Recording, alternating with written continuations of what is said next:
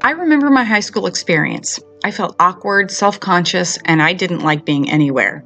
I didn't have a great self-esteem, and I didn't always make the best choices. I often share this little insight of me with my students. I don't want them to walk through the halls of school thinking that no one understands. One of the areas in which I have my greatest strengths is in my relationship with my students. I find teenagers fascinating. They're awkward, funny, moody, sometimes misguided, with just the right amount of hope. I find them refreshing and even inspiring. Even when I've had my own bad day, they always manage to brighten me up. The relationships that I foster with my students are truly genuine and the easiest part of my job. It's a natural response to doing and being around people that I love. The relationship part for me is easy. I have a great deal of respect for them and the diversity that they bring with them. They come from different statuses, cultures, ethnic backgrounds, and even other countries. Some love sports, others love to read or practice art. Some are painfully shy, while others need endless attention. Together, we make up a kind of weird family within my classroom. I don't even really get a lunch because they're usually all in my classroom.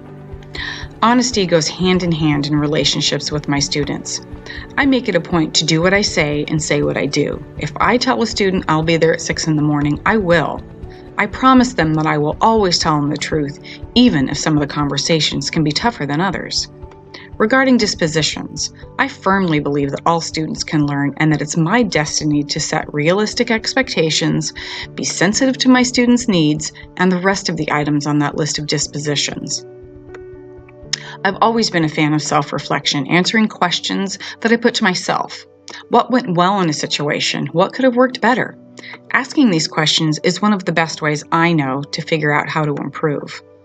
I would like to believe that most teaching dispositions come somewhat naturally to those drawn to the profession.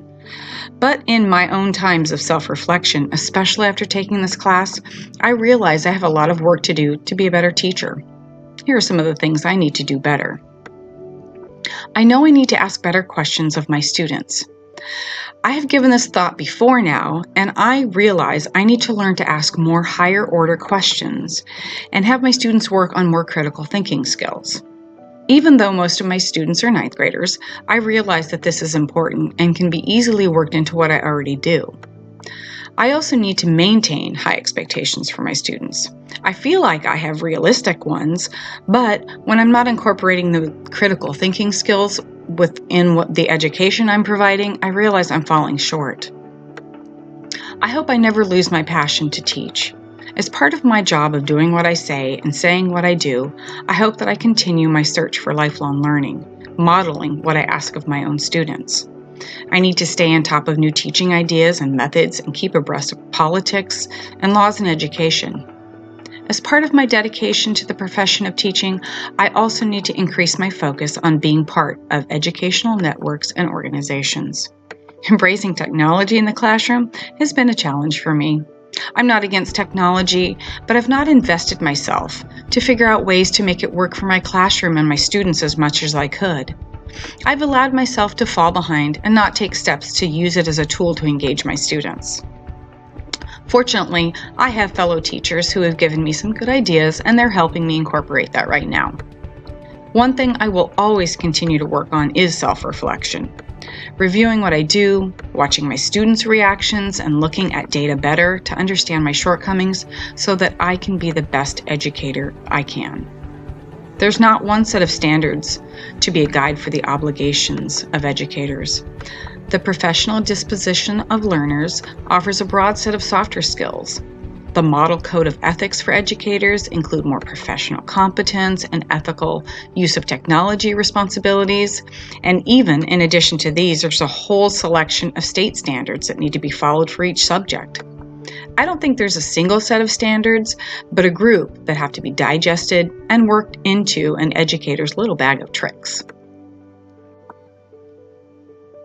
Teachers come in all sorts of different packages. I'm lucky enough to work with some of the best teachers I know. Mr. Toretto, he likes to dress up and take on foreign accents to demonstrate a lesson. He can be seen conducting biology experiments out on the front lawn. The Spanish teacher, Mr. Cortez, is gifted with coordination.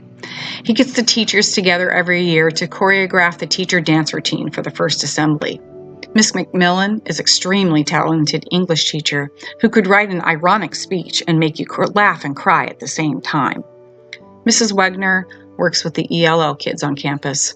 I could never imagine her saying a crossword to any child. Mrs. Martineau is the FFA teacher who takes her students to 2 animal fairs every summer, goes to numerous leadership and animal competitions, and spends countless weekends working with students and their animals. Mr. Dome writes millions of dollars worth of grants each year to support and foster his robotics program. These are the people that I get to work with every day. Each year, we produce 600 amazing young people who go out into the world and have had the best opportunity to see what education should look like. I don't think there's a perfect educator, but the perfect group of them make an impact. Like those that I have given credit to, some are engaging, spirited, massively intelligent, sensitive, community-oriented, and driven. I look to each of these people and know what educators should look like. I'm lucky enough to see it every day to remind myself what I should continue to aspire to be as an educator.